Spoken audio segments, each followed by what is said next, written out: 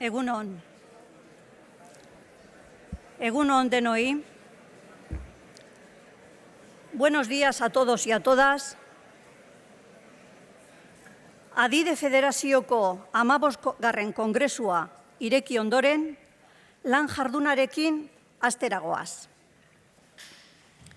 Una vez inaugurado el 15º Congreso Adide Federación, procedemos a transitar por el mismo. Y para dar el primer paso en ese camino, contamos con la presencia de don Juan Luis Ibarra Robles, al que quiero agradecer públicamente su presencia hoy aquí, con todos nosotros y nosotras. Además, deseo añadir que es un gran honor para mí presentar al señor Ibarra y compartir con él esta mesa. Esta ponencia tendrá una introducción y 3 apartados. En la introducción voy a explicarla un poquito porque va a ser un poco no tan convencional. Tendrá 4 apartados en total. El primero consistirá en la introducción, que es el marco general, el cual se titula «La inspección de educación en el sistema de garantías del derecho constitucional a la educación». Y posteriormente constará de 3 apartados, 3 puntos, que el ponente irá desarrollando durante 10 o 15 minutos y habrá posteriormente un turno de preguntas inmediatamente después. Quiero decir que sin esperar hasta el final de la sección expositiva. Lo vamos a hacer, por lo tanto, primero una introducción general, bajo el título que hemos referido anteriormente, y posteriormente 3 apartados denominados la autonomía profesional y operativa de la inspección como forma más eficiente del ejercicio de la potestad inspectora de las administraciones educativas. El segundo de los puntos consistirá en los inspectores e inspectoras de educación como actores en la aplicación del derecho. Y, por último, contribución de los servicios de inspección a la prevención de situaciones de riesgo, de desprotección o desamparo de menores y su articulación en el sistema de justicia. Queremos agradecer al señor Ibarra la posibilidad que nos brinda de interactuar de manera directa e inmediata, sin esperar hasta el final de la ponencia.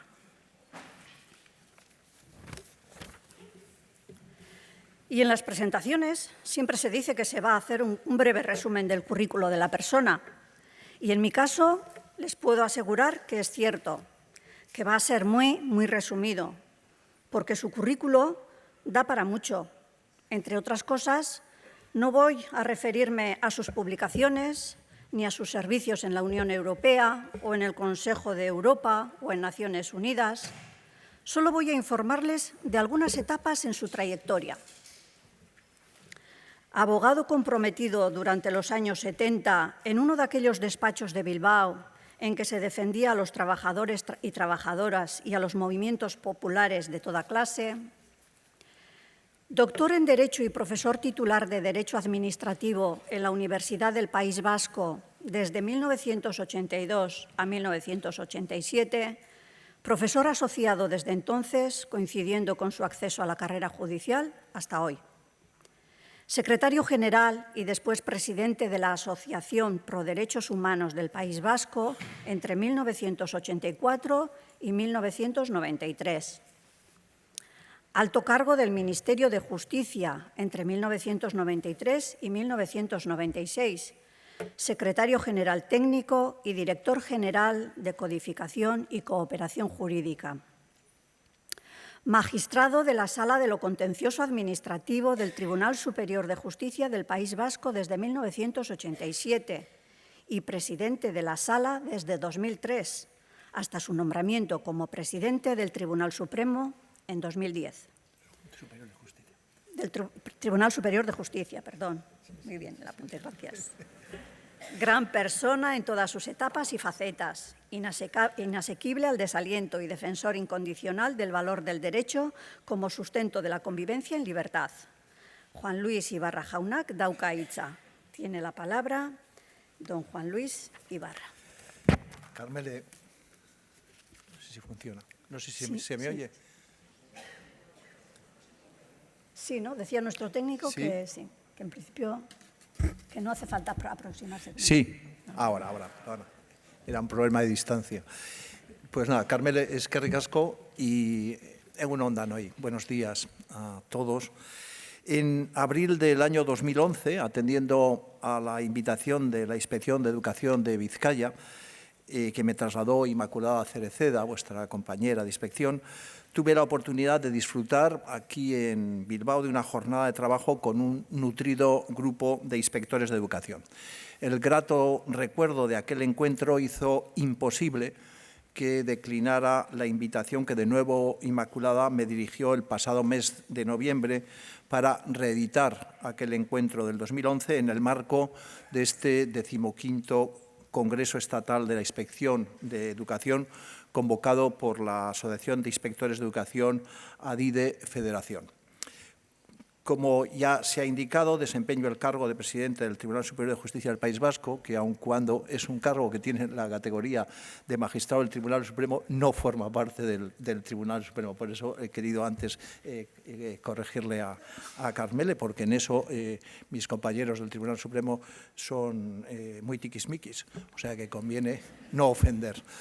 En este Tribunal Superior he ejercido la jurisdicción durante 23 años en la Sala de lo Contencioso Administrativo, 7 de ellos como presidente, y en los últimos 8 años estoy ejerciendo como presidente de la Sala de lo Civil y lo Penal. Durante buena parte de estos años, como también ha recordado Carmele, he compatibilizado el desempeño de la judicatura con la colaboración en funciones docentes universitarias correspondientes al área de Derecho Administrativo, área en la que en su día obtuve la cualificación de profesor titular. Soy, por tanto, excedente del cuerpo de profesores titulares de universidad. No he tenido en mi vida profesional ningún acercamiento a las disciplinas pedagógicas ni a las que habilitan a las funcionarias y funcionarios del cuerpo de inspectores de educación para desarrollar las funciones de supervisión y control pedagógico, de supervisión de la práctica docente y de supervisión de la función directiva y participación en la evaluación del sistema educativo. Por lo tanto, y quiero adelantarlo, cualquier reflexión que pudiera deslizar en mi intervención sobre estos ámbitos centrales entre las funciones de la inspección educativa sería simple y sencillamente un atrevimiento infundado.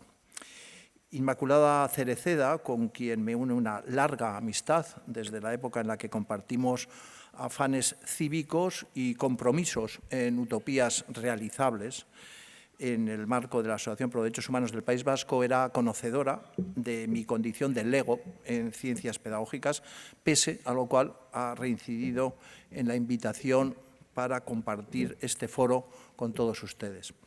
La explicación está en que, probablemente por su acentuado sentido cívico de la justicia, Inmaculada está persuadida, y luego le contagió a Carmele, de que os puede ser de algún provecho el diálogo con un juez repleto de trienios en la jurisdicción contenciosa administrativa, un diálogo sobre la práctica inspectora en relación con las 3 funciones que tenéis legalmente encomendadas como aplicadores en sentido estricto de la ley y del derecho.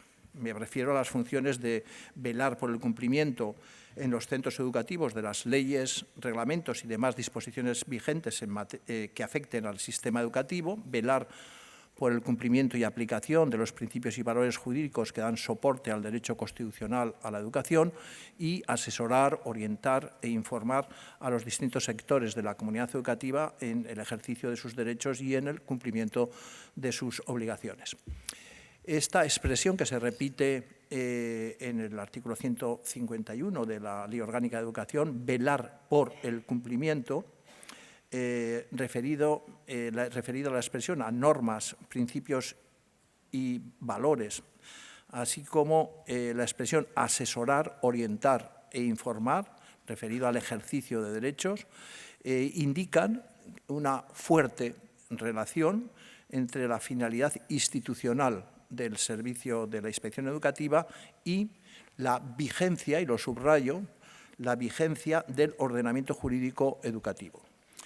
Entendido este ordenamiento, por eso he subrayado lo de vigencia, en su dimensión de derecho vivido, de derecho socialmente vigente. Esto es, en una dimensión que no solo abarque las normas en cuanto producto jurídico, sino que incluya en un sentido cultural el derecho y su aplicación, su función social, su comprensión y su realización. En las acepciones del diccionario de la lengua, velar por algo significa observarlo atentamente y cuidar solícitamente del mismo.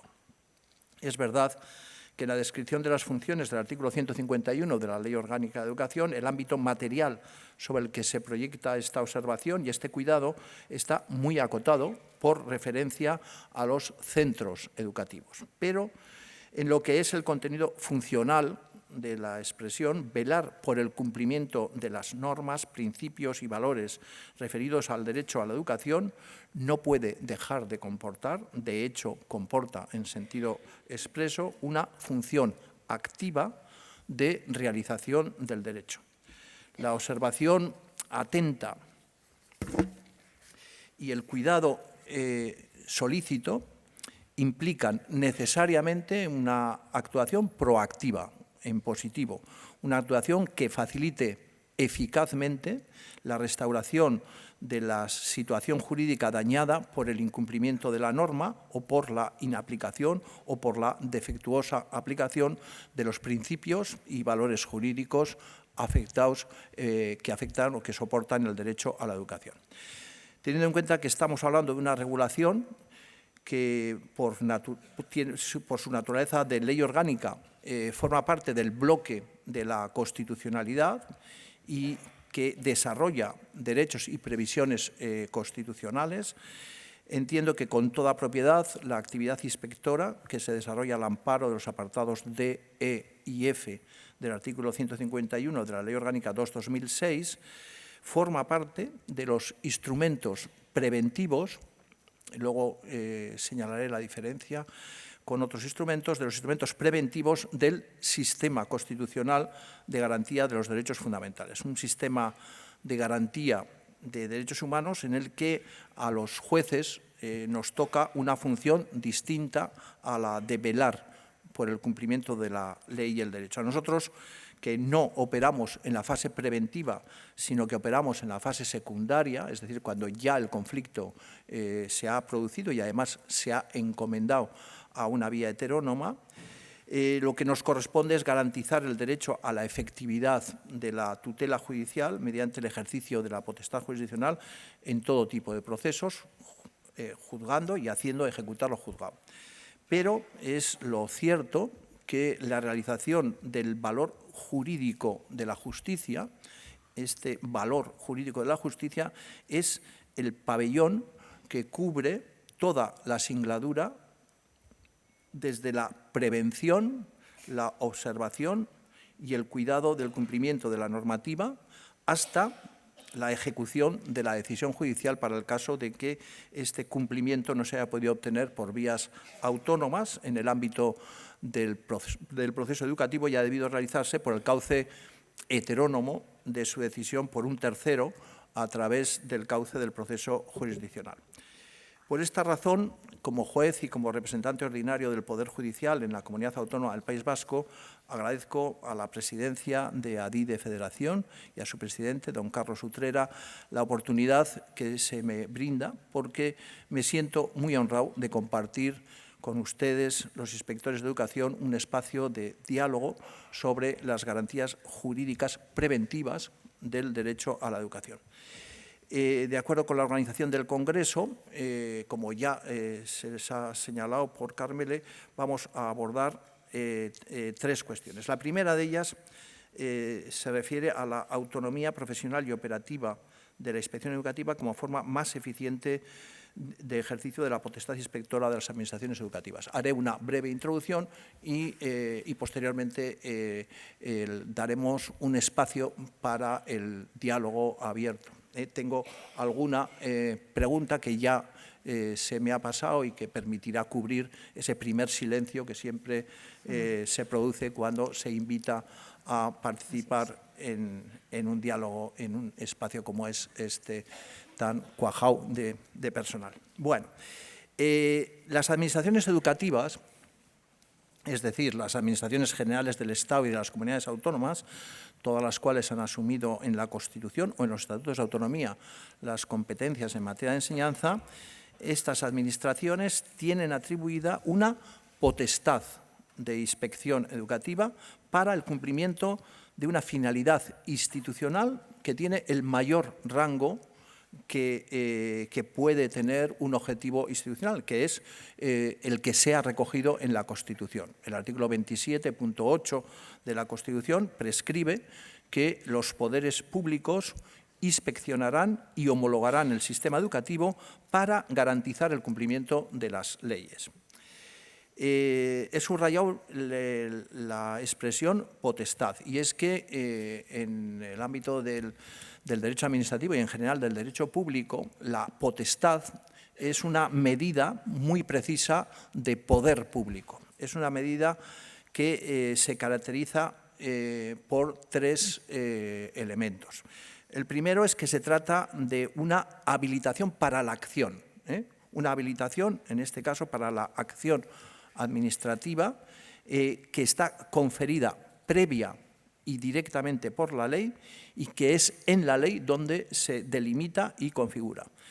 Esta potestad, como todas las potestades públicas, es unilateral, es decir, no se genera en una relación jurídica, ni en un pacto, ni en un negocio jurídico, ni tampoco se genera mediante actos o hechos singulares, sino que procede directamente de la ley y se refiere a un ámbito de actuación que también la ley lo define, aunque sea en grandes líneas o en direcciones genéricas. Segunda característica, el efecto propio de la potestad es la sujeción. La potestad lo que confiere es una capacidad de sujeción jurídica, no física, una sujeción jurídica a las personas que son las destinatarias de la potestad. Estas, las personas destinatarias, deben soportar sobre su esfera jurídica, sobre su patrimonio jurídico y sobre su propia persona, los eventuales efectos derivados del ejercicio de la potestad. Se trata de una prerrogativa legal.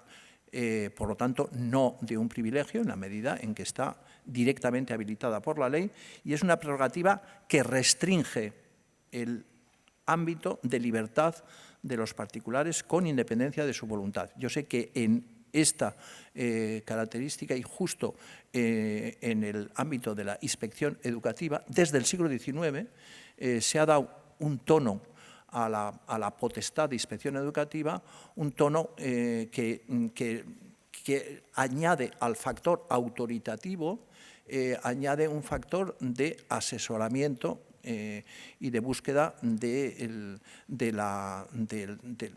progreso en la acción.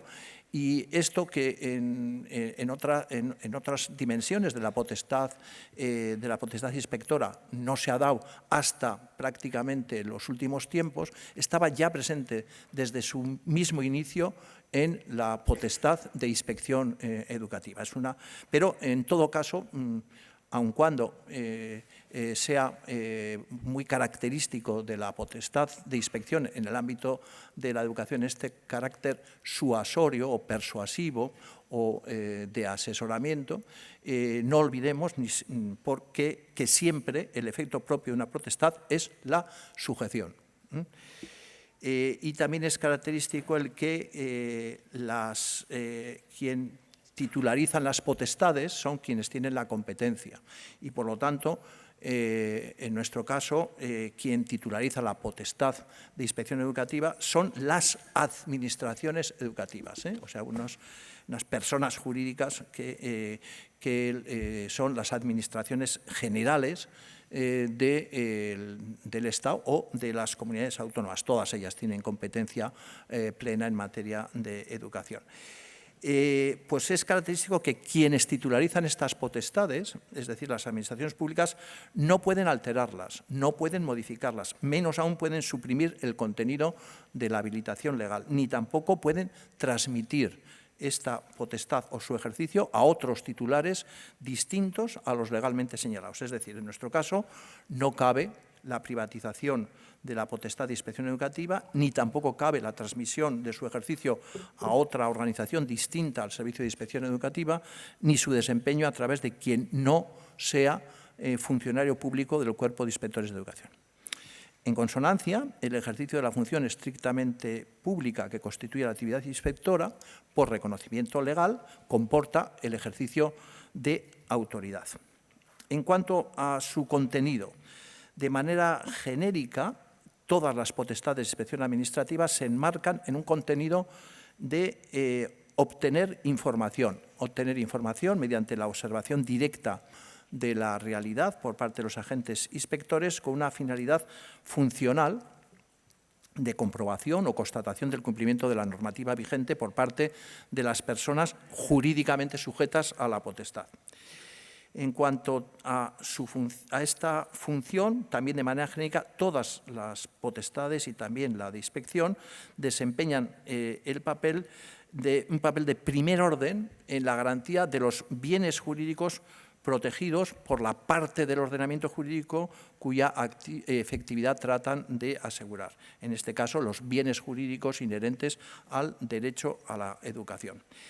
Esta vertiente de garantía legitima y además obliga a la inspección a valorar no solamente el grado de cumplimiento de las normas que sean de aplicación, sino también le obliga a ponderar el grado de protección efectiva que esas normas que se trata de velar por su cumplimiento, esas normas dispensan a los bienes jurídicos a los que sirve precisamente la potestad. Y en cuanto a la actividad funcionarial de las funciones inspectoras, pues es también una característica común el que esta actividad tiene una posición en el proceso de toma de decisiones, una posición muy característica, que es que siempre forma parte de una actividad instructora al servicio del mayor acierto en la adopción de decisiones administrativas por parte de otros órganos rectores de la administración correspondiente. Técnicamente, la actividad inspectora, por eso, es una actuación de trámite, es una actuación interlocutoria de decisiones definitivas que se adoptan por los órganos de gobierno precisamente tras la obtención del material y la eventual realización del informe de la inspección. Bueno, estos son los datos generales. Y ahora, la cuestión central. ¿Cuál es la relación entre la eficiencia en el cumplimiento de las funciones de evaluación, control y asesoramiento encomendado a la Inspección de Educación y el carácter de su relación de dependencia respecto de la Administración educativa titular de la competencia? Sobre este extremo se me ha formulado, se me ha propuesto que desarrolle este tema, y la verdad es que voy a poder dar muy pocos datos y todos ellos además provienen de ustedes mismos, porque provienen, he visto que concuerdan con alguna de las publicaciones de su revista. Bueno, yo creo que la relación entre estas funciones de evaluación, control y asesoramiento y la relación funcionarial de dependencia, creo que debe estar presidida por el principio de autonomía profesional y operativa.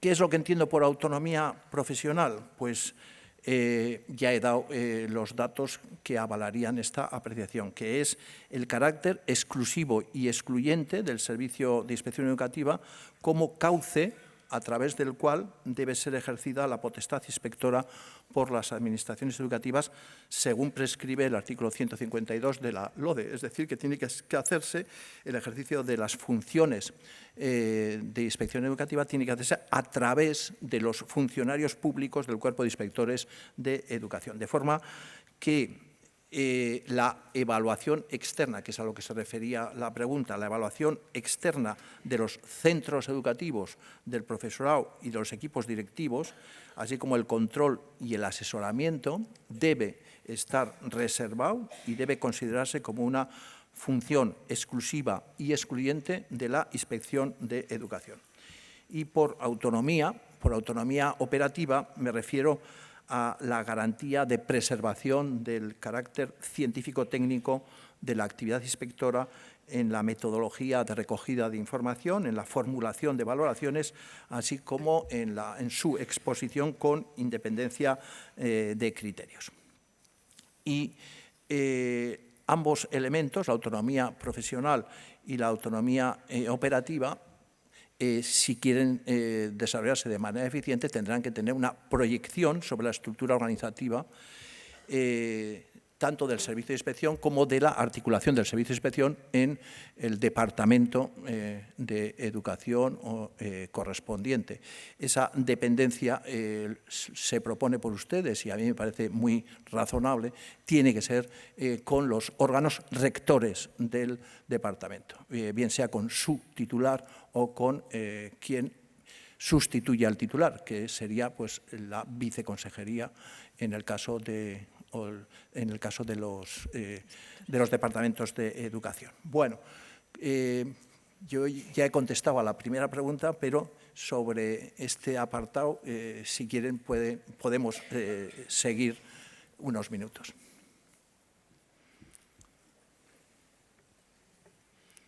Es el turno de las preguntas y podemos aprovechar ahora la ocasión para plantear cualquier duda porque tenemos a compañeros que nos facilitan los micrófonos en el caso de estar interesados. Tenemos aquí una.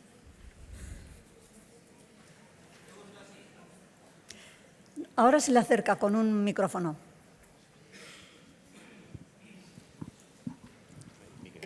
Buenos días. Soy de Galicia y la pregunta es en relación a la dependencia de la Inspección Educativa. Se está diciendo que por nuestra parte se dice que sea de la parte alta del Gobierno, del consellero directamente, y no sería mejor directamente del Parlamento, con lo cual habría una independencia mayor por parte de la Inspección y no estaría tan sometida a los criterios del Gobierno que está en el momento. Sí, no, esa relación de dependencia con el Parlamento sería imposible porque el Parlamento no es titular de la potestad de inspección educativa. El titular de la potestad de inspección educativa siempre es una administración y las administraciones se sitúan en el ámbito del Poder Ejecutivo. O sea, que el Parlamento tiene funciones de control, tiene comisiones de investigación, tiene formas de intervención, sobre, no solamente la producción normativa, pero el Parlamento no actúa como administración activa. Y la inspección es un elemento, es un instrumento de la administración activa.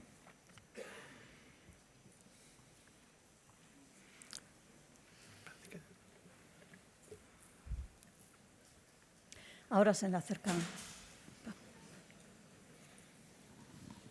Sí, buenos días. Desde Andalucía, en Granada concretamente. Si esa potestad y esa dependencia tiene que ser siempre de un órgano rector y no del órgano legislativo, como acaba de contestar usted, ¿cómo podría conjugarse la autonomía e independencia de la inspección en el ejercicio de esa potestad? Pues la clave está en el artículo 103. Perdón, ¿has terminado? Sí, he terminado, gracias. Sí. La clave está en el artículo 103 de la Constitución, que se dirige a todos los funcionarios públicos. Y tienen que actuar con objetividad. Esta expresión de objetividad tiene una dimensión respecto de la organización y otra dimensión respecto del procedimiento concreto en el que se esté actuando. Respecto de la organización, actuar con objetividad quiere decir que hay que actuar de acuerdo con las funciones que la ley encomienda. Actuar con objetividad, por tanto, quiere decir que no se puede actuar en el ejercicio, en el desarrollo de la función, de la potestad inspectora, de acuerdo con criterios que no se fundamenten en los conocimientos científico-pedagógicos de los inspectores de educación. Y hacia el interior la clave es la imparcialidad. Cuando se actúa como instructor en cualquier procedimiento, tanto sea administrativo como si es jurisdiccional, es decir, para preparar la decisión, para preparar los elementos de juicio para la decisión, hay que operar con imparcialidad, es decir, hay que recoger todos los elementos, los que sean favorables y desfavorables a las partes que intervengan en ese procedimiento. La Administración necesariamente va a intervenir y también va a intervenir necesariamente un particular, bien sea un funcionario, un director de un centro o bien sea un alumno, y entonces, bueno, se trata de actuar con imparcialidad. La actuación imparcial no quiere decir que hay que cortarse la cabeza, porque cada uno, respecto de los problemas a los que nos acercamos, siempre estamos llenos de sesgos y a veces claramente de prejuicios. Desde luego los jueces de esto sabemos mucho. La imparcialidad no significa que quien actúa no tenga sesgos o prejuicios. Lo que significa es que sabe cómo controlarlos, es decir, que sabe a la hora de recoger, a la hora de evaluar y a la hora de informar, sabe distinguir entre lo que es su visión del mundo y lo que es su visión como inspector o, en otro caso, como juez. Es una práctica que se adquiere con la experiencia, es decir, sabemos cómo se aprecia la imparcialidad en un juez, pues porque así lo denota la sentencia que dicta, en el que recoge las posiciones de las partes y las recoge fielmente, recoge los elementos de prueba y los valora de manera objetiva y después adopta su decisión. Pero uno de los primeros elementos para cuidar la imparcialidad es el sumo cuidado en el uso de los adjetivos. El uso de los adjetivos es peligrosísimo si se quiere mantener la imparcialidad. Y otro de los elementos, estoy hablando de mi experiencia, pero creo que es trasladable a la suya, es el no juzgar moralmente. A ningún funcionario, como a ningún juez, le está permitido en su trabajo, en su actividad, hacer juicios morales respecto de las personas que están siendo objeto de su actividad. No sé,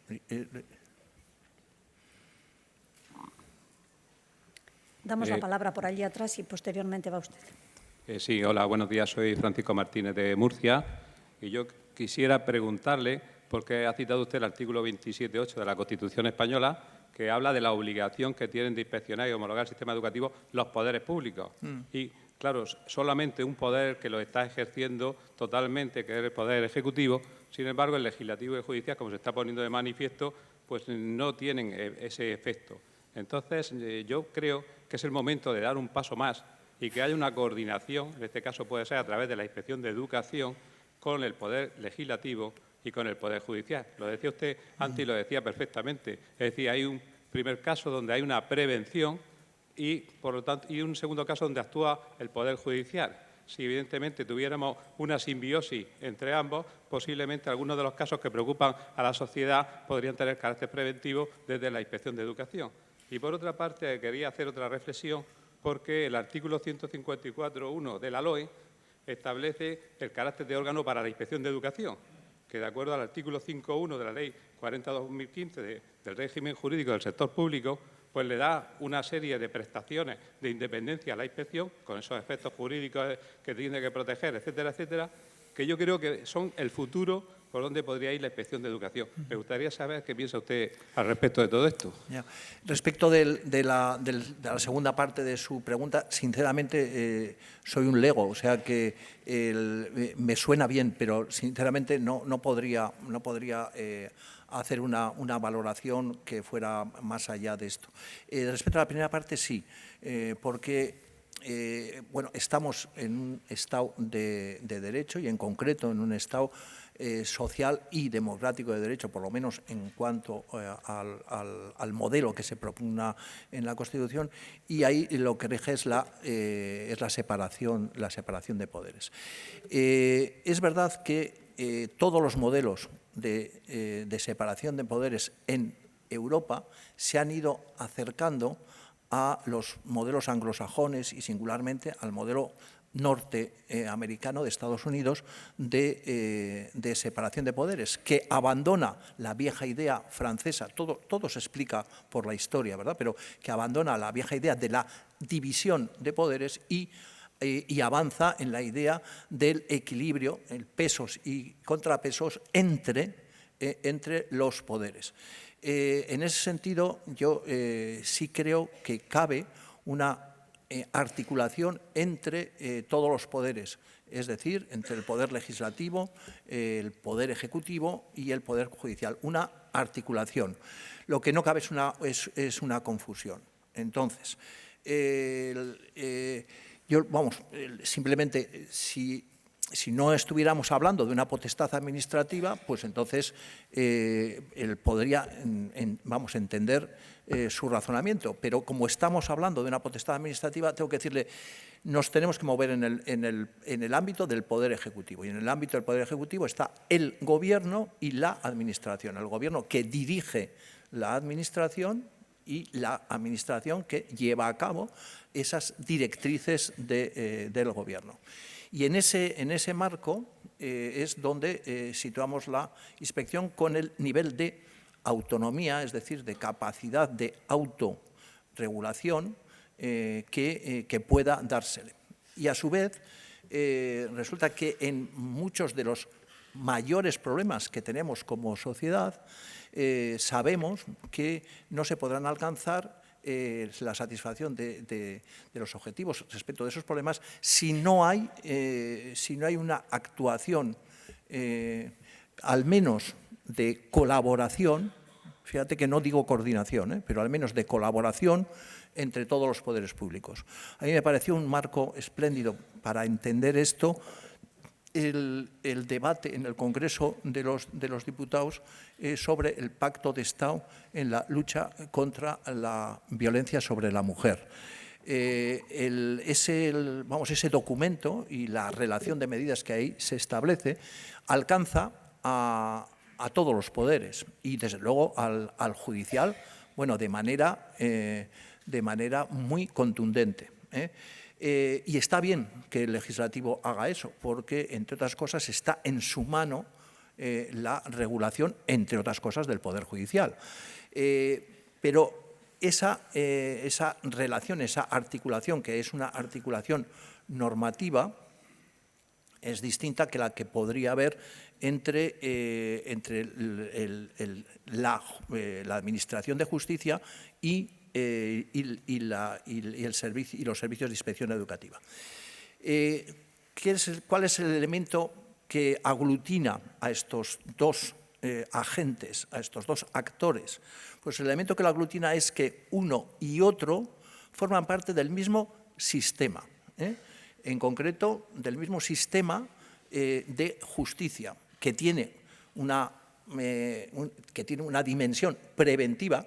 Los notarios hacen también una función de prevención importantísima respecto de un valor completamente distinto, que es el de la seguridad jurídica, o sea, no es el de la garantía de ejercicio del derecho a la educación, pero están en esa fase preventiva. Entonces, que estamos en el mismo sistema, indudablemente. Que estar en el mismo sistema supone que no se puede estar de espaldas, indudablemente. que estar en el mismo sistema supone la palabra simbiosis que se ha empleado. Yo creo que no, que la palabra simbiosis no es la exacta. Creo que necesitamos un conocimiento mutuo y recíproco en lo más fuerte posible, necesitamos escucharnos y necesitamos el tener foros donde dialogar. Lo que pasa es que luego, al día siguiente, donde vamos a desarrollar nuestra actividad es en esferas diferentes. Tenemos aquí otra pregunta. Sí, buenos días. Agradecerle la claridad de sus palabras. Soy Elías Ramírez, inspector de educación en la Comunidad de Madrid, y le iba a hacer una pregunta. Al establecer usted el marco del concepto de potestad como habilitación para la acción, ha dicho una cosa que me parece muy interesante, que es el tema de la privatización de las funciones inspectoras. Nosotros hemos ido viendo cómo países de la Unión Europea han ido en un proceso de privatización de la función inspectora. Entonces, mi pregunta es, ¿en el marco actual está suficientemente protegida o está protegida la función inspectora para evitar ese proceso de privatización? Estamos en el siglo XXI y, por lo tanto, estamos en el siglo de la incertidumbre y en donde el futuro nunca ha estado más oscuro, ¿no? Pero si tuviéramos que responder desde la razón práctica, es decir, desde los elementos con los que tenemos que abordar cada día cuando nos levantamos, la respuesta inequívocamente sería que sí, que no es posible que las funciones que se confieren por el legislador orgánico a la inspección educativa pudieran desarrollarse por agentes privados externos de evaluación, agencias de evaluación. ¿Eso quiere decir que no van a existir agencias de evaluación? Esto no lo podemos garantizar, porque en ese equilibrio de pesos y contrapesos está otro actor muy importante dentro del sistema educativo, que son los centros y el gobierno de los centros, que podrían adelantar en esa línea. A mi juicio, sería un camino francamente inadecuado, porque como mínimo lo que se generaría es un déficit de eficiencia, porque cuando dos actores desarrollan una misma función, el problema no solamente es quién tiene habilitación para ello y quién no la tiene, sino que si lo hacen van a acabar colisionando inexorablemente, ¿no?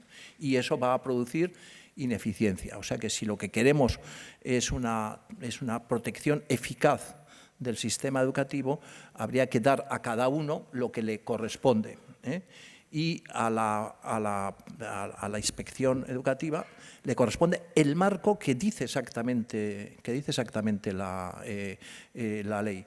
Y, por lo tanto, lo que no esté habilitado con ese marchamo no puede tener el valor en un proceso, diríamos, la fuerza probatoria, ¿no? Uno puede tener la fuerza, en definitiva, jurídica que tiene la actividad de la inspección. Y además, a mi juicio, generaría perturbaciones absolutamente innecesarias. Teníamos por allí al fondo también otra consulta.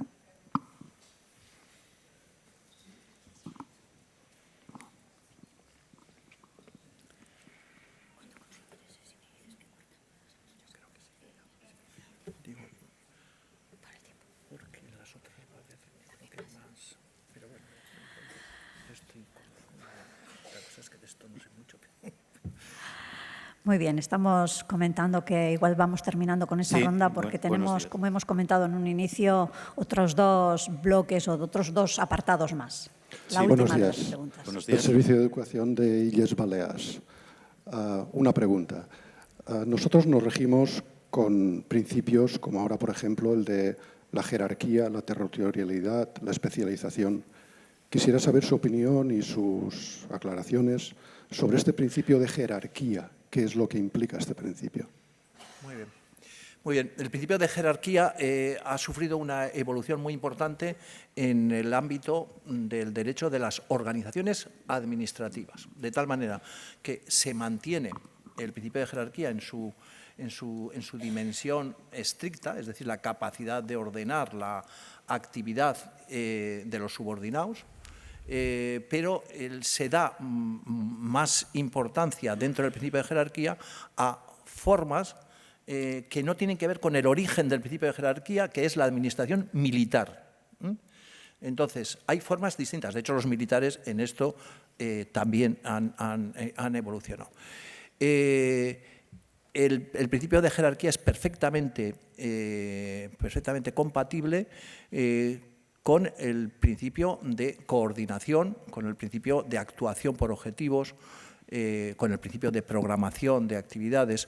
Es decir, que la jerarquía lo que indica es una posición dentro de una organización, una posición supraordenada dentro de una organización, y indica también unos atributos que son unos atributos de carácter sobre todo de reconducción de la conducta del inferior e incluso de la abocación de sus funciones, es decir, que el superior puede abocar la función encomendada al funcionario que le está supeditado. Pero la forma de ejercicio de la jerarquía hoy va mucho más por elementos como son sobre todo el de la coordinación. La coordinación en la que lo que se definen son objetivos, criterios, principios, y se permite que luego se desarrolle por parte de los subordinados, se desarrolle esos criterios dentro de un marco cuyo resultado sea evaluable, claro. Sí, buenos días. Bueno, ¿sí? ¿Se me oye? Sí. José Manuel Bar, vengo de... Perdona, José Manuel. Sí, es dime. la última de las preguntas, ¿vale? Concluimos con tu intervención. Vengo de las Islas Baleares también. Me parece interesantísima la reflexión sobre la autonomía. Yo creo que ha puesto el dedo en la llaga y no por eso, seguro que, aunque esta sea la última intervención, habría una docena o más a la cola para hablar sobre el mismo tema, porque es un tema que nos preocupa y nos preocupa desde hace muchísimos años, precisamente por el uso que a veces se ha querido hacer de la inspección educativa. Algunas administraciones han tenido la tentación de extremar las funciones de control sobre otras funciones, de asesoramiento, de evaluación. Algunas administraciones han tenido la tentación de convertir la inspección educativa en una especie de guardia pretoriana sobre movimientos de contestación que ha habido en educación, etc. Entonces, es un tema que nos preocupa y muchísimo desde hace años. Decía el compañero de Galicia y también el compañero de Murcia que y hacían referencia, no quiero hacer mucho spoiler sobre una comunicación que queremos hacer mañana el compañero de Murcia y yo, precisamente sobre este tema. Pero la verdad es que el artículo 27.8 de la Constitución habla de que los poderes públicos, los poderes en plural, los poderes públicos evaluarán y homologarán pues, el sistema educativo, evaluarán, inspeccionarán y homologarán el sistema educativo. Bueno, la LODE no habla mucho sobre ello. Desde la Constitución, la primera ley que habla de forma explícita sobre ello es la LOCSE, y la LOCSE pues, parece que hace una apropiación excesiva para el Ejecutivo de esta función que el artículo 27.8 de la Constitución atribuía a distintos poderes públicos. De ahí que el vínculo con otros poderes, el poder legislativo, el poder judicial, el poder legislativo, como se hace en otros países de nuestro entorno, como se hace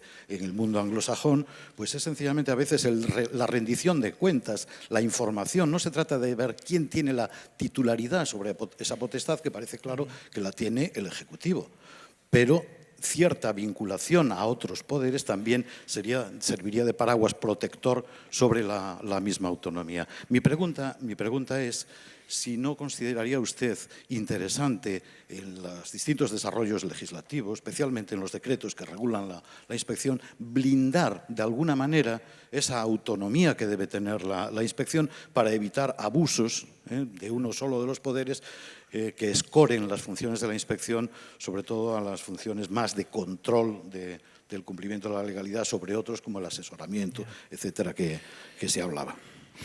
Claro, yo estoy completamente de acuerdo con tanto con su exposición como con la proposición que se contiene en su pregunta. Únicamente vamos a ver, lo que en todas partes cuecen habas. Entonces, el problema es que el objetivo de blindar siempre es un objetivo de obtención imperfecta, ¿no? ¿Por qué? Pues porque el funcionario no puede ser un héroe todos los días. En una situación límite se le podrá pedir que haga heroicidades, pero lo que no puede es ganarse la vida de héroe, ¿no? Y a veces al funcionario en España nos parece que se nos llama a eso, parece que se nos llama a hacer heroicidades con demasiada frecuencia. Yo me parece que todos los elementos de blindaje son importantes. Me parece que en una época ha sido importante la función de control de las decisiones administrativas, de la actuación administrativa por la jurisdicción contencioso administrativa.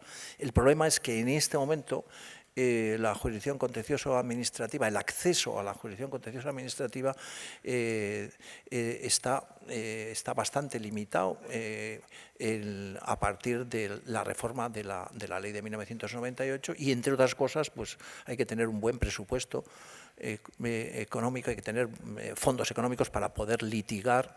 Bueno, yo comparto tanto su exposición como su propuesta, pero lo que digo es, me fío mucho más que del blindaje normativo, me fío más de la inteligencia cooperativa, de la inteligencia de enjambre de los funcionarios. Los funcionarios, yo me siento también funcionario en buena medida, somos capaces de desarrollar una inteligencia de enjambre sin la cual la administración no puede funcionar. Sin tenerla en cuenta no puede funcionar. Lo que pasa es que en general utilizamos poco esa inteligencia cooperativa, esa inteligencia de enjambre.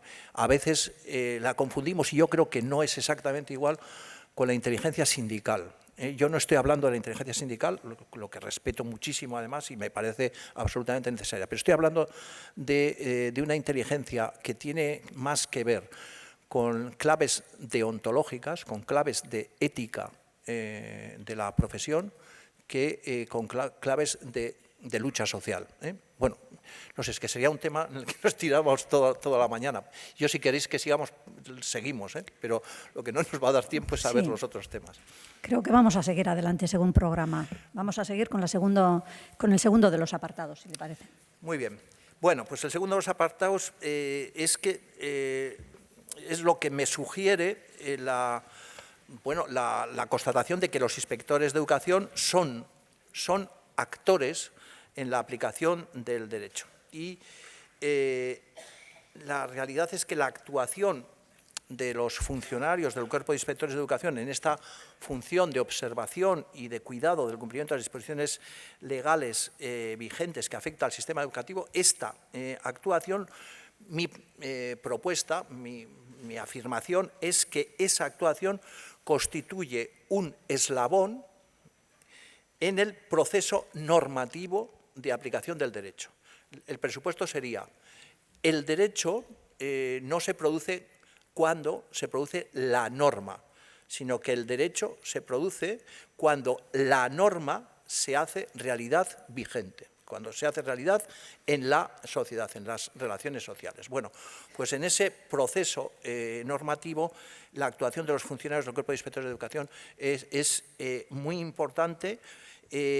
¿Respecto de qué? Pues respecto del régimen regulador del derecho constitucional a la educación. Son actores, son parte activa, lo he dicho antes, y en este ámbito quiero resaltar uno de los extremos del artículo 151 de la Ley Orgánica de Educación, que es en el que se encomienda a la Inspección Educativa la función de velar por la aplicación de los principios y valores recogidos en la Ley Orgánica de Educación, incluidos los destinados a fomentar la igualdad real entre hombres y mujeres. ¿Y por qué quiero subrayar este apartado? Pues porque creo que es uno de los ejemplos más completos de un fenómeno que es cómo se desarrolla el fenómeno jurídico en nuestras sociedades en su dimensión crecientemente de práctica social. Cada vez más el fenómeno jurídico no es un fenómeno de estanterías, no es un fenómeno de Aranzadis en la librería, sino que es un fenómeno de práctica social. Esta creciente importancia que tiene como factor clave en la dinámica jurídica, este factor clave del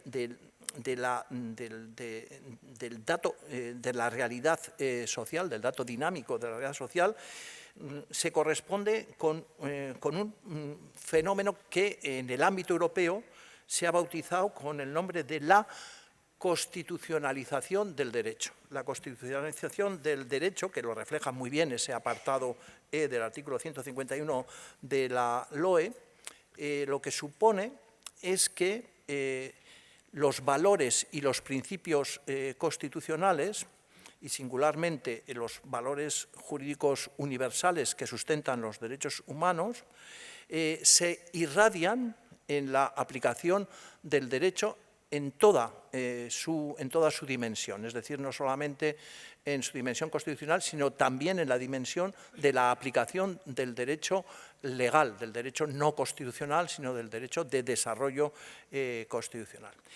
Esta dinámica lo que obliga a pensar es el derecho de otra manera, y este es el mensaje que les quería transmitir de cara a su práctica profesional. En la época de la constitucionalización del derecho resulta completamente insuficiente el abordaje de la tarea de los aplicadores del derecho, como lo han venido haciendo los juristas entusiastas del positivismo formal.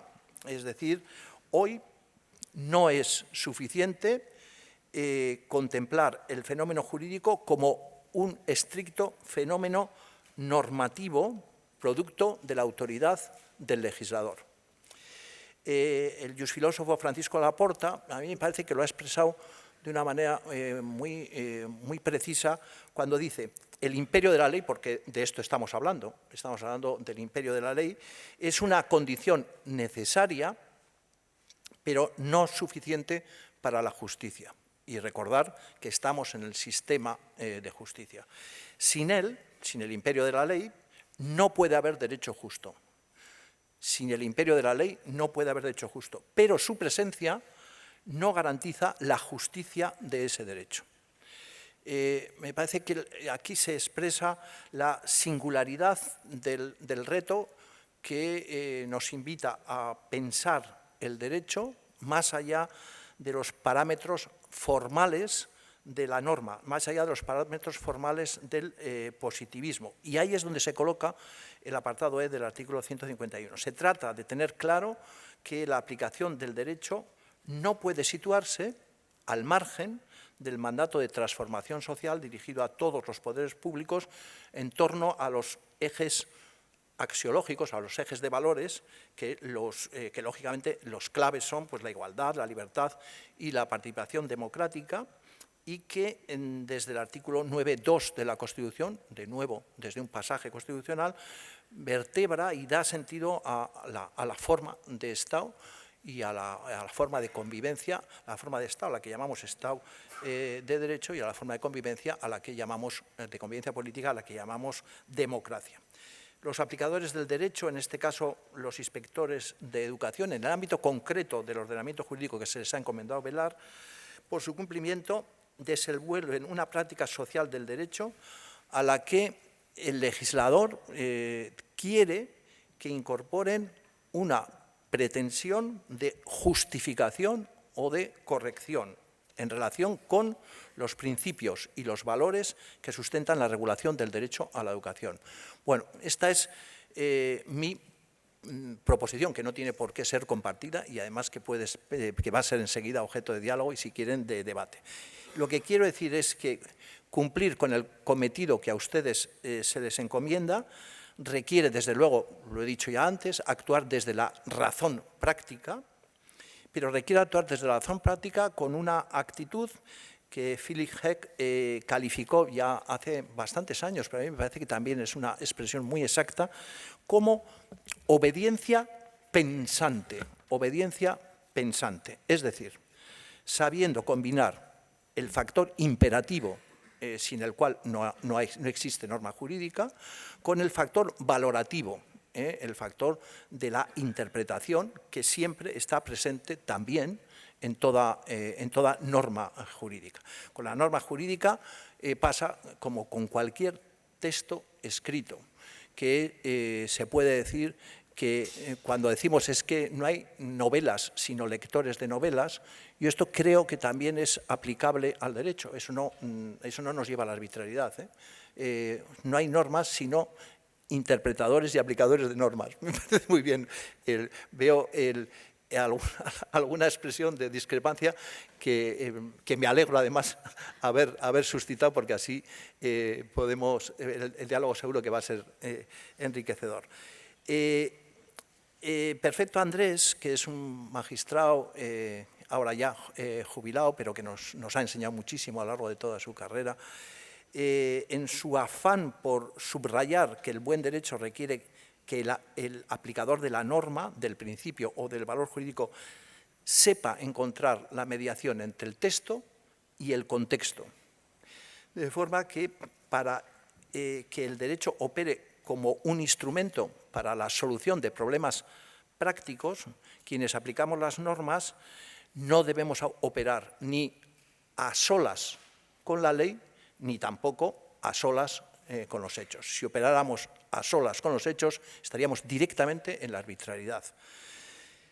De forma más precisa, lo que tenemos que hacer a través del lenguaje jurídico es acercarnos a los elementos que dotan de sentido y que definen el significado de la norma jurídica desde el conjunto de los datos empíricos que definen el conflicto en cada caso concreto. Y en esa forma de acercamiento lo que podemos encontrar es que convertimos el contenido de la norma, lo transformamos en un lenguaje en uso. Y yo creo que esto es el lenguaje jurídico. El lenguaje jurídico es un lenguaje en uso que parte del contenido de la norma, pero que no se queda en el contenido de la norma. Bueno, siento haber sido tan provocador, pero me parecía que era una introducción posible para algunas de las preguntas que se me han hecho. Leo una en relación con este tema y luego ya abrimos el diálogo. Dice, entendemos por aplicar el principio de legalidad que aplicar el principio de legalidad es una tarea ardua y compleja incluso para los juristas. La Inspección de Educación no es especialista en este campo, a pesar de que una de nuestras funciones es velar por el cumplimiento de la normativa. La pregunta sería, ¿qué capacidad para elegir la norma superior tiene la autoridad educativa cuando la norma de desarrollo no se ha atenido a la letra o a los principios que inspiran la norma superior, y cuál tiene la inspección para actuar de acuerdo a la norma superior, en este caso de contradicción por normas inferiores o circulares o instrucciones? Lo que se plantea aquí, creo, que son dos temas apasionantes.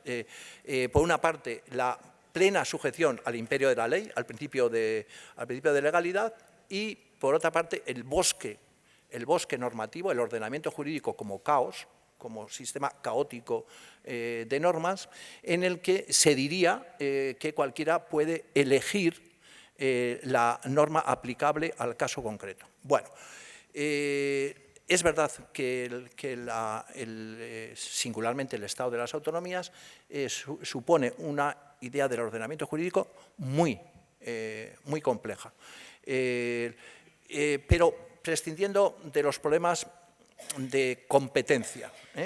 Me parece que como mínimo en la pregunta lo que se plantea es el problema de la jerarquía normativa y luego el problema de la función de los principios y valores como elementos claves para la aplicación, del derecho.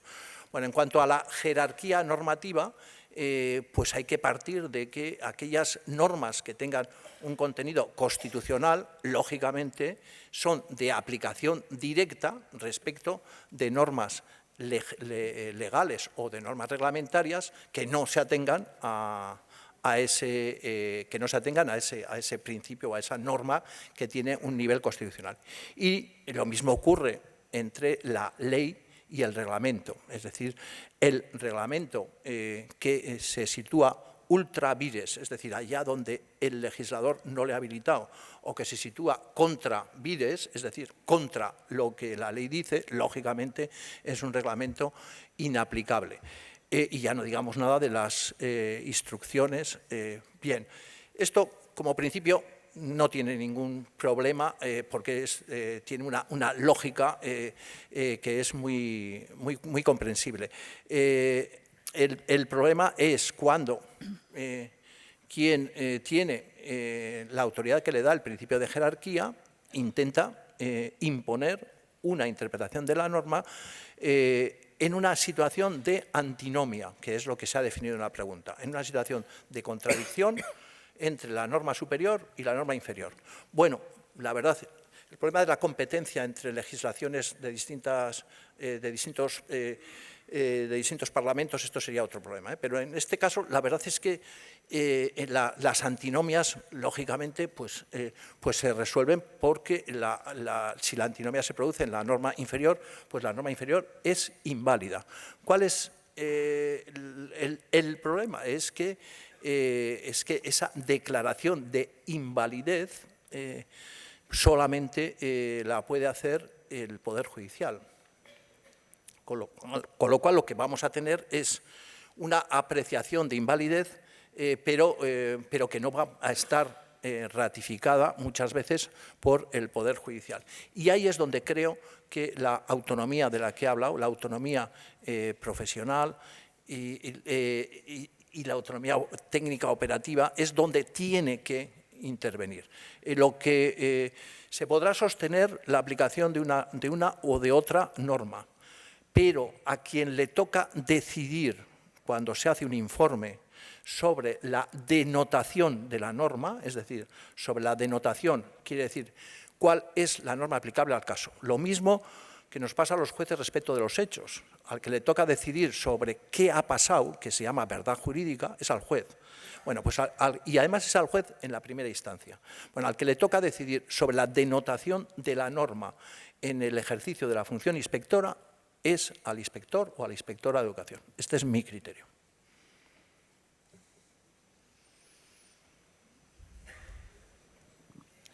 Soy Maite Alonso, soy inspectora de Educación y en este momento viceconsejera de Educación aquí en el País Vasco.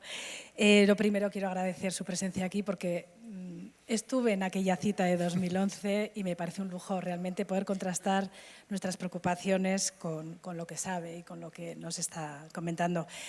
Yo sí que le quería bajar a un terreno un poco más práctico con una cuestión que ha sido preocupante en el departamento y está vinculada a la práctica de la evaluación externa en los centros.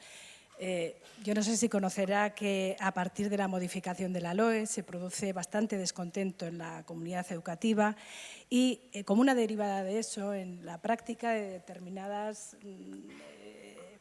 cosas, ¿no?, que nos correspondía realizar y que se concretaron en las diferentes comunidades. Me refiero en concreto a las prácticas de evaluación externa que sí fueron vinculadas a unas reválidas que no gustaron nada y que luego pues realmente acabaron no siendo reválidas, sino determinadas pruebas de evaluación que cada comunidad autónoma ha decidido cómo realizarlas, en qué formato, etcétera, etcétera. Nos encontramos con que en Euskadi en concreto ha habido también una respuesta negativa a estas pruebas y a la hora de realizarlas en los centros nos hemos encontrado a veces con reacciones contrarias tanto por parte de los equipos directivos de los centros que han sido, me atrevería a decir, entre comillas, disfrazadas a través de la protesta de padres y madres que no han querido hacer esas pruebas externas y que han, digo yo, dejado de lado la responsabilidad que les corresponde, dejando a sus hijos e hijas en casa. Me gustaría saber qué opina sobre esto y de qué manera nos aconsejaría que pudiéramos atajar esta situación. Gracias. Pues sinceramente creo que no le voy a resultar de gran ayuda. Primero, en relación con lo que antes he dicho, a mí me parece que el imperio de la ley es fundamental para la convivencia democrática. O sea, es la ley la que nos garantiza la libertad, no el incumplimiento de la ley. Y, por lo tanto, ahí me parece que cuando el legislador equivocadamente dicta una norma con fuerza de ley, hay que cumplirla. Me parece que eso es civismo. El civismo es cumplirlo y criticarlo, pero cumplirlo. Lo que no puede ser es que la ley nos sintamos, o sea, el establecer un conflicto entre la legitimación democrática y el imperio de la ley nos conduce a situaciones sin salida. No voy a referirme, lógicamente, a experiencias que también conocemos por la práctica, ¿no? El imperio de la ley es un gran invento que está basado en la garantía de la autonomía personal. El imperio de la ley lo que permite es que la persona sepa cuál es el ámbito de su autonomía, en el que no se puede meter la ley, y cuál es el ámbito en el que sí se puede meter la ley. Y garantiza eso, garantiza esa relación entre lo privado y el proyecto autónomo de vida y lo público, que es lo que está regido por ese imperio. Yo, a partir de ahí creo que yo he dicho que la aplicación de la norma requiere del imperio de la ley y además requiere de elementos que tengan que ver con, en concreto, en el ámbito que estamos hablando, que es el de la educación, con el sistema amplio de justicia. De tal manera que una aplicación de la ley que no pudiera compatibilizarse con esos valores de la educación, que no pudiera compatibilizarse, pues desde luego lo que sería es, desde luego, criticable y además habría que buscar las formas de que esa losa se levantara. Pero entre las formas de que esa losa se levante no están, desde luego, para las autoridades, para los poderes públicos y para los funcionarios, no está la inaplicación de la ley. Y ese es creo que ese es el marco en el que se desenvuelve ese dilema que se nos ha planteado.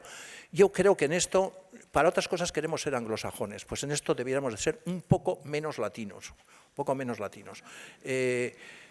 Yo creo que todos, yo el primero, porque estoy hablando de educación y no sé nada, o sea que, pero todos creemos que sabemos de lo que en realidad no estamos habilitados para opinar, ¿no? Pero lo que sí estoy seguro es de que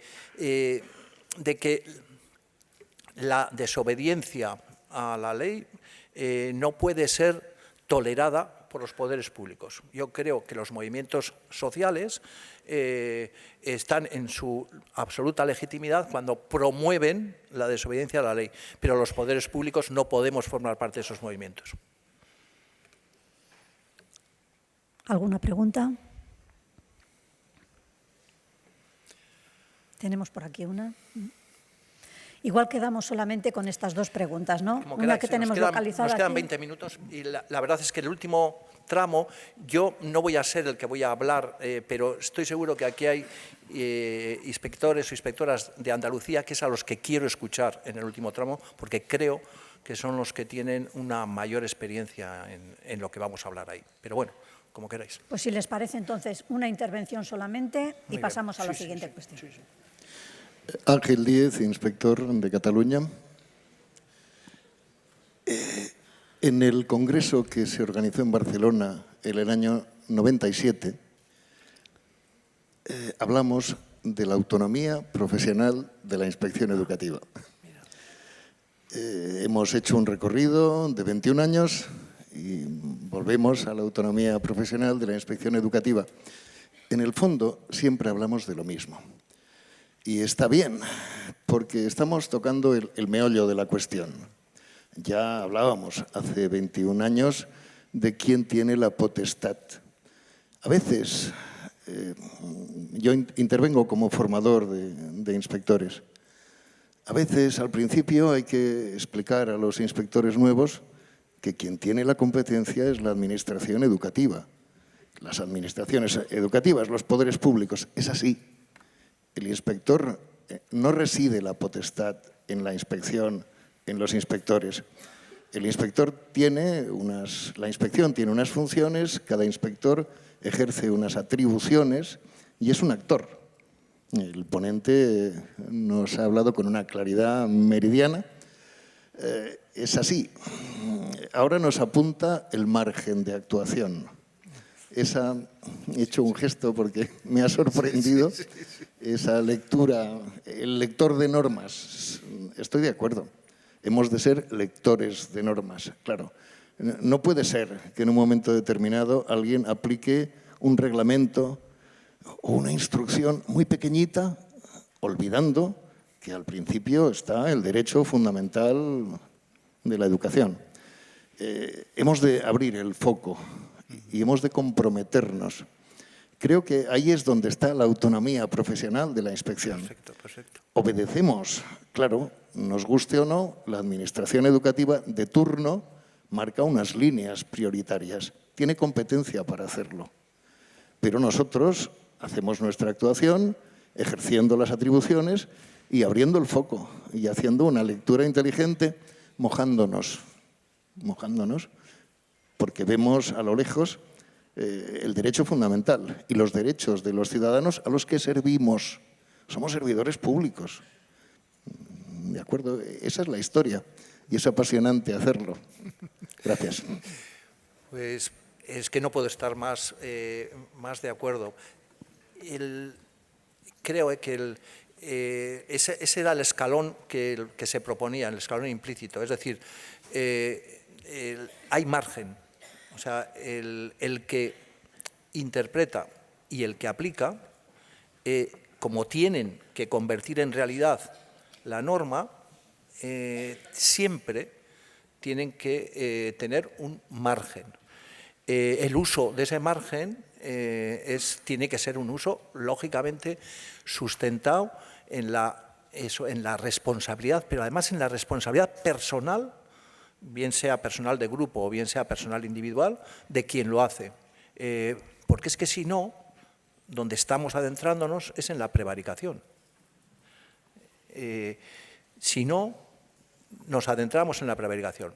Nadie va a ir a la Fiscalía con esto, pero sabemos que cuando no lo hacemos así, es decir, cuando no respondemos a nuestro criterio en ese margen de apreciación, que lógicamente tiene que ser un criterio compartido, es decir, que no se trata de que, así como el Poder Judicial es un poder muy raro, porque es un poder difuso, en el sentido de que cada juez, por la garantía de la independencia, cada juez es el aplicador de la norma. Bueno, esto inmediatamente se corrige en los tribunales. Es verdad que en los tribunales cada juez tiene la responsabilidad en la interpretación de la norma, pero al final lo que determina es la mayoría dentro del tribunal. Y el que no está de acuerdo suscribe el voto particular.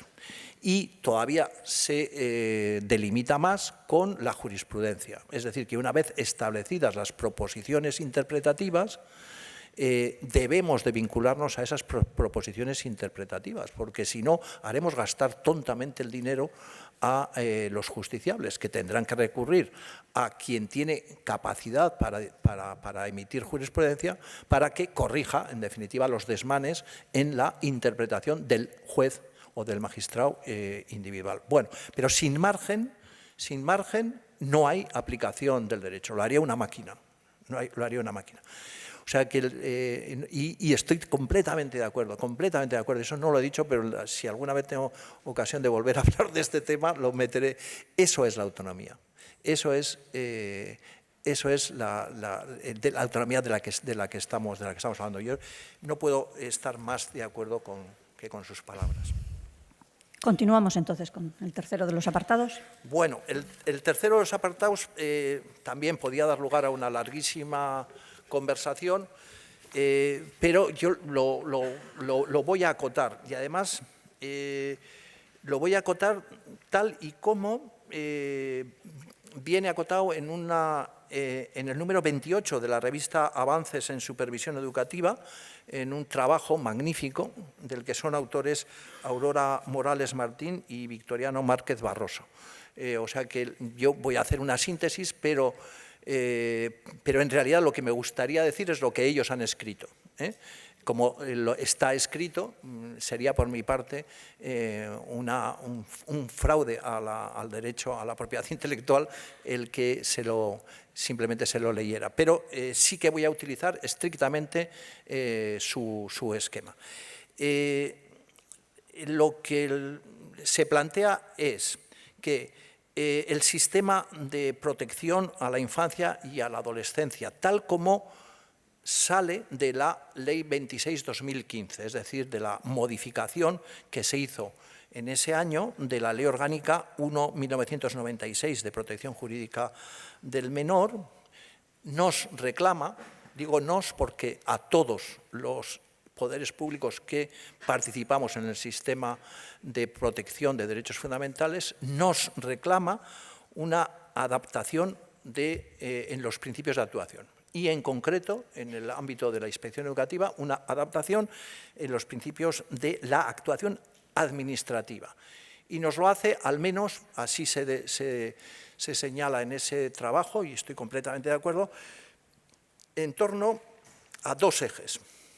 Hay muchos más, pero dos ejes a mí me parece que son los auténticos ejes, que es, por una parte, la definición del concepto jurídico indeterminado del interés superior del menor, y, por otra parte, la importancia de la función de prevención como principio rector de la acción administrativa para dar vida práctica a las nuevas regulaciones que integran las actuaciones en el sistema de protección en las tres situaciones que se redefinen, que son las situaciones de vulnerabilidad, riesgo y desamparo. En ambos ejes configuradores del sistema de protección, ahora se llama de la infancia y la adolescencia, las administraciones educativas tienen encomendado un muy importante papel.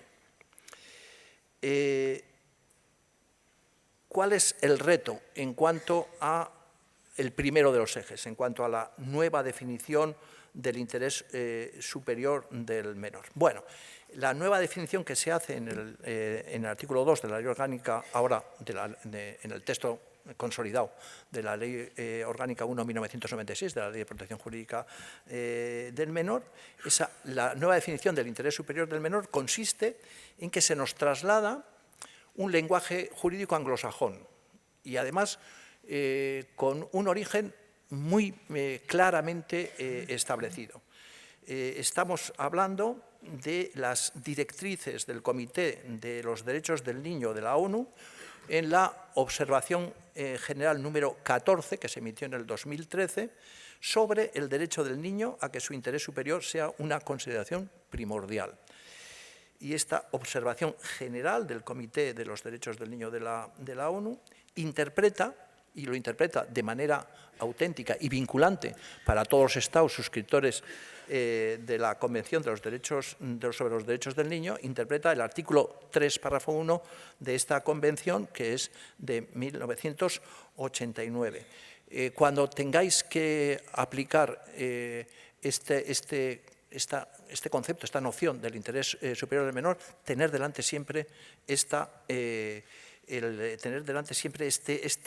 documento, esta directriz, esta observación general número 14, porque ahí es donde está la clave. La definición del interés superior del menor, que, repito, se hace de una manera anglosajona, esta definición vincula a todos los poderes públicos y a todos los profesionales. A todos los profesionales que actúan en el sistema de protección a la infancia y a la adolescencia les vincula esta definición. Y resulta que esta definición, a diferencia de lo que hubiera pasado si fuera de inspiración alemana, que es de donde nos hemos nutrido en general la dogmática jurídica en Europa y sobre todo en España, resulta que mete en un concepto, tres dimensiones que las abarca dentro de un mismo concepto. Y voy a leer literalmente lo que dice la circular. Dice, un derecho sustantivo, un principio jurídico interpretativo fundamental y una norma de procedimiento.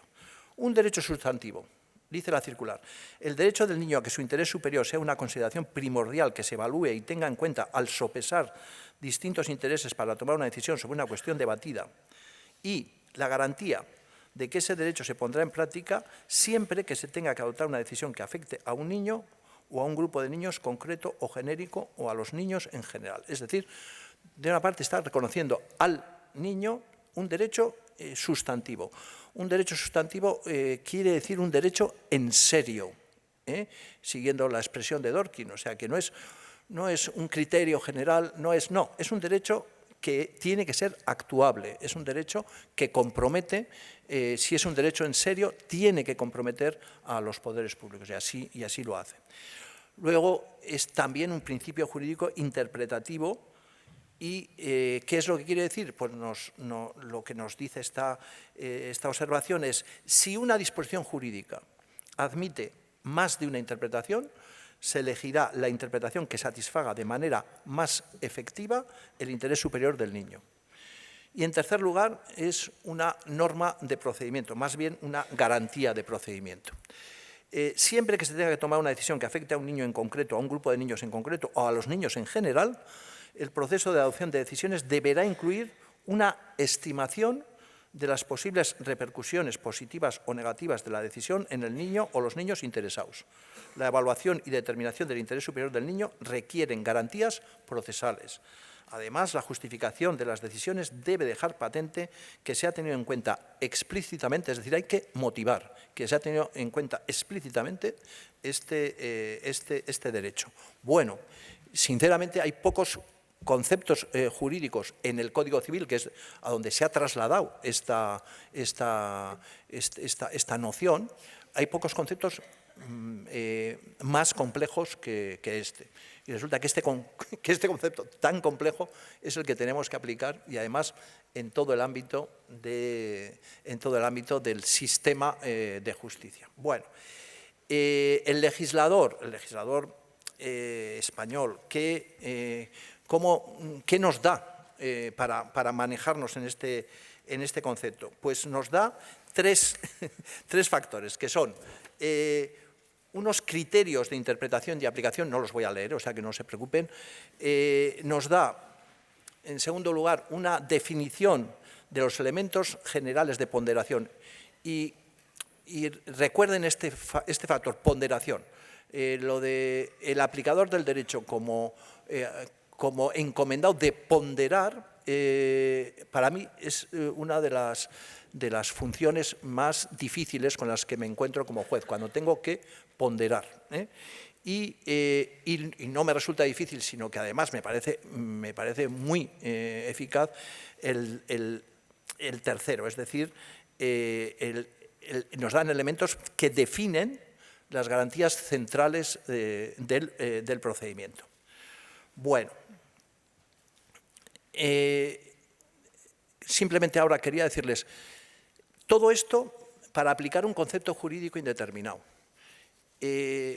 ¿Qué es un concepto jurídico indeterminado? Un concepto jurídico indeterminado es un concepto jurídico, pero que tiene una estructura de contenido abierta.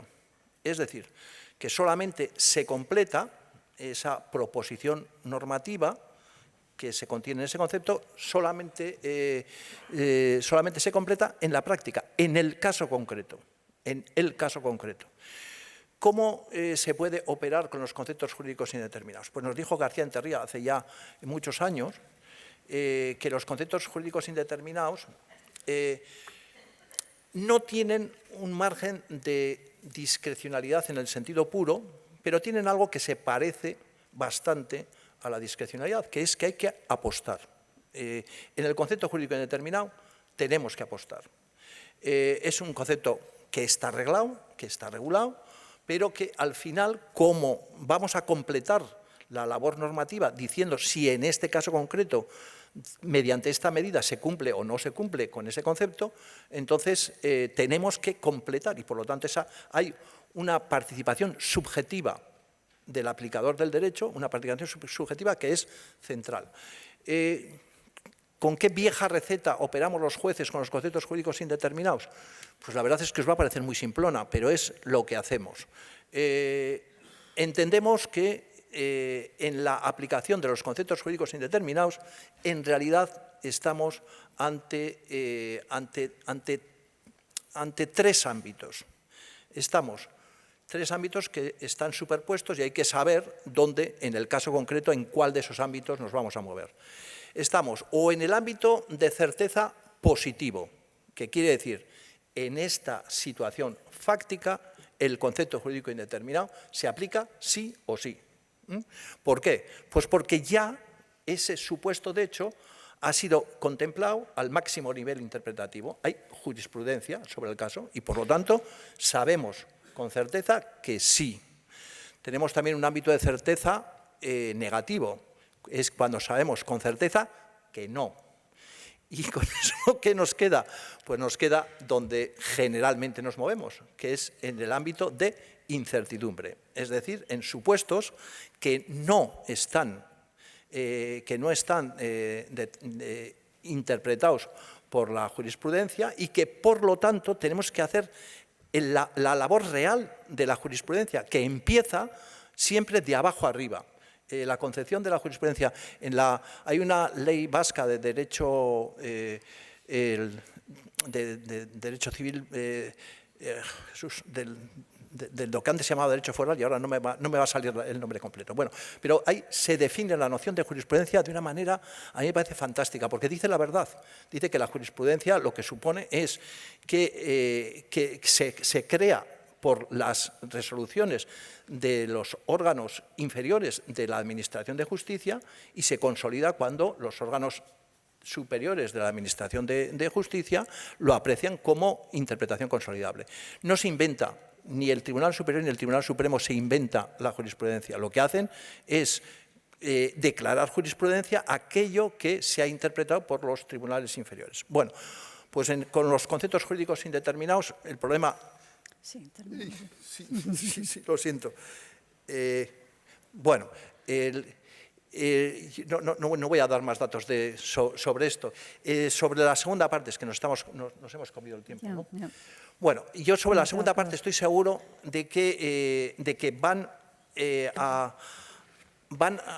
está todo en ese trabajo que les he dicho. A mí me parece que la intervención de la inspección es en la prevención primaria, es decir, en la definición de los factores de protección básicos por parte de cada administración educativa y muy singularmente en cada centro, que es donde está el plan del centro.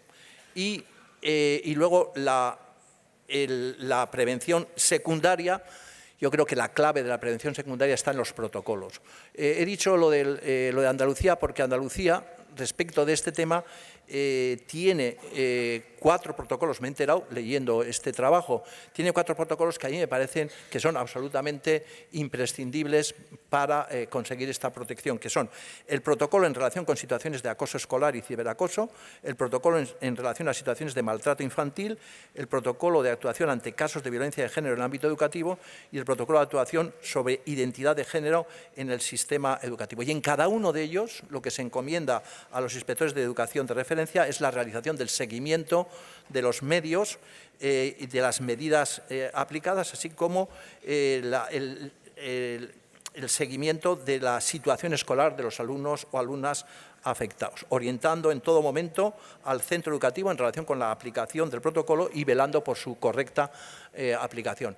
Sinceramente, se me ha pasado el tiempo volando y ha sido un auténtico placer.